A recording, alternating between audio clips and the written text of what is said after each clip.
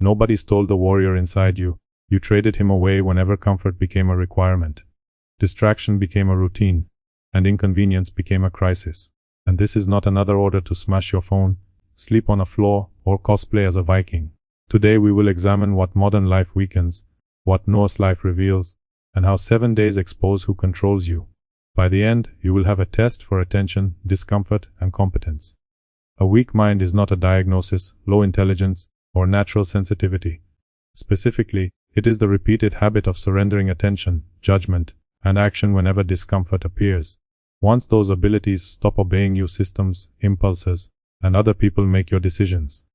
Every comfort in Daniel's life worked until a signal failed, his phone died, and the station board announced a 40-minute delay. Within minutes he felt angry and helpless, although he remained safe and 12 kilometers from home.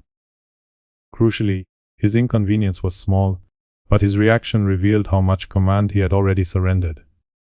Modern tools have not destroyed character, yet dependence can reduce patience, judgment, and useful action.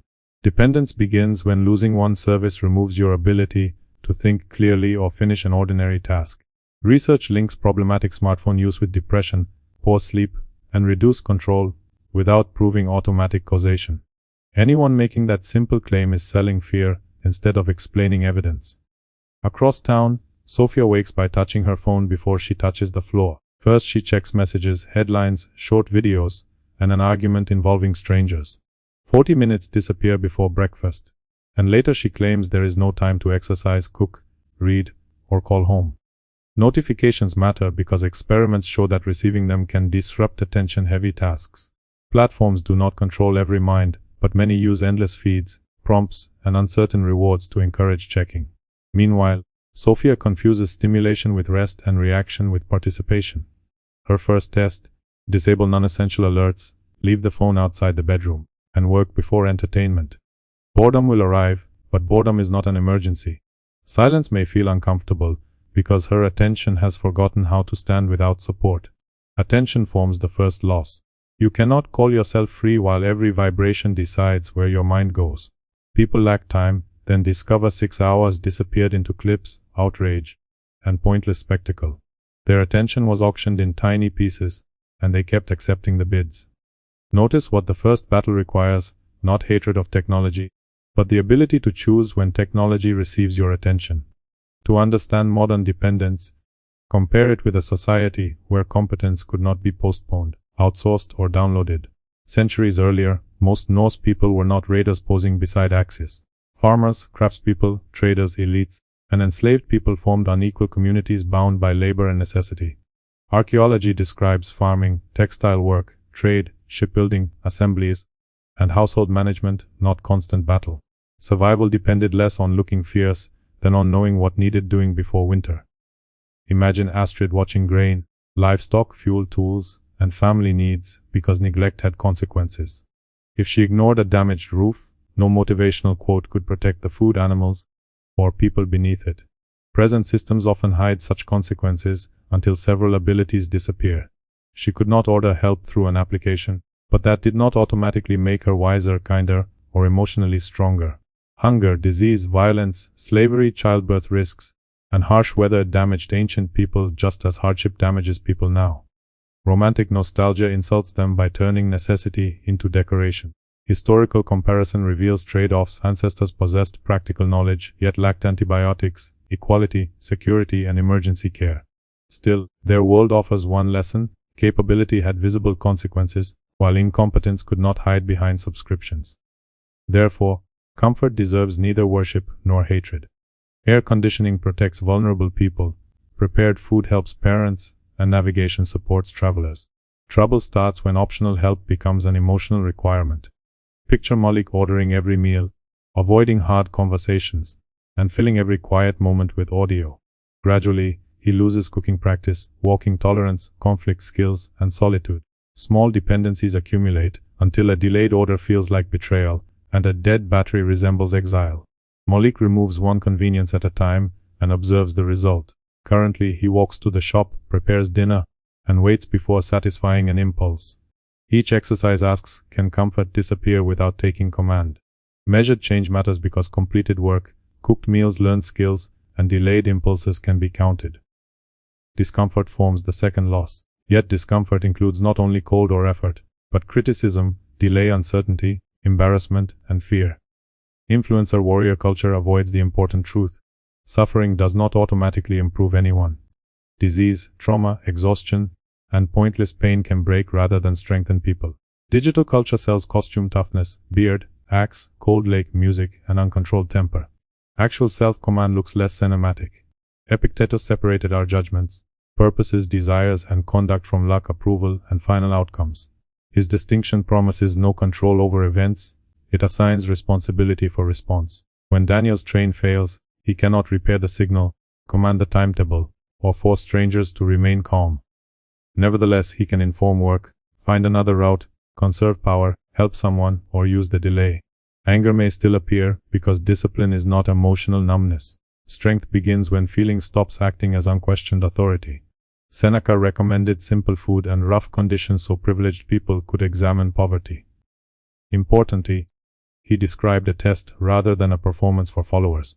Voluntary hardship can expose attachment, but random suffering does not automatically create broad resilience. Evidence better supports resilience training combining cognitive skills, mindfulness, stress management, values, and practice. Safe discomfort needs purpose, limits, and a way to judge improvement. For Lena, that could mean bad weather, a simple meal, work before pleasure, or a delayed conversation. Starvation, dangerous cold, sleep deprivation, untreated illness, and reckless challenges prove nothing except poor judgment. Recovery matters too because sleep, movement, relationships, and manageable routines support attention and health. Community remains essential because self-discipline cannot replace shared knowledge and responsibility. So far, the answer may sound simple: use your phone less and tolerate more discomfort. Deleting applications is not enough. Someone can delete every platform, survive cold showers, and remain useless when responsibility arrives. Here we reach the part that exposes online warriors. Can they actually do anything useful? Another truth follows. Emotional control without practical ability may look calm, yet leave every task to others. Catastrophic thinking creates another form of surrender. One criticism means everybody hates you. One failed meeting ends a career. One change ruins the day. Ancient farmers feared harvest failure because it threatened survival, unlike most modern setbacks. Comparison should never shame anxiety, trauma, depression, or panic, which may require professional care. Its purpose is restoring proportion where proportion has disappeared. Write the feared event in one sentence, then list 3 actions still available. Should Sophia lose internet before a deadline, she can use mobile data, find a library, contact the recipient, or continue offline. Naming responses turns vague dread into a field of choices. Fear grows inside fog, while responsibility begins when the next step becomes visible. Competence forms the third loss. Many people want capability without enduring the humiliation of being beginners. Eric owns tactical clothing, camping gear, and survival videos, yet cannot stop a leaking tap. Merchandise offers readiness without the pain of learning. Real ability grows through failure, correction, and finished tasks. Cooking, map reading, repair, money management, first aid, fitness, and calm conflict reduce helplessness. Scandinavian households valued practical contribution because communities needed food, cloth, tools, transport, and cooperation. Honor involved courage and cleverness, but also generosity, fellowship, and reliability. Choose one neglected skill, practice 3 times weekly, and measure results instead of feelings. Confidence should arrive as a receipt from action, not an advance payment from imagination. Discipline also requires purpose. Some people escape comfort addiction only to become addicted to displaying pain. They sleep on floors, reject pleasure, announce punishing routines, and treat exhausted families as inferior. Historically, Norse society included hierarchy, coercion, slavery, feud, and inequality. Avamal discussed friendship, hospitality, caution, reputation, and conduct, showing that social wisdom mattered. Useful discipline should serve health, family, work, community, and character. Prior to hardship, ask what it trains, how improvement will be measured, and who benefits. Rest is not surrender when it enables responsible action. Kindness is not softness when it prevents strength from becoming vanity. Self-command without service becomes another polished form of selfishness. We have identified 3 losses: stolen attention, comfort obedience, and confidence without competence. Stop discussing them. 7 days will show which loss controls you. Tonight, write the rules somewhere visible and decide when each task happens, because vague intentions lose to convenient habits. Finally, the test is not about 7 perfect days. It reveals where promises collapse under ordinary pressure. Monday removes every notification except messages from people who genuinely need help. Tuesday begins with 1 uninterrupted work hour before news, games, or social media.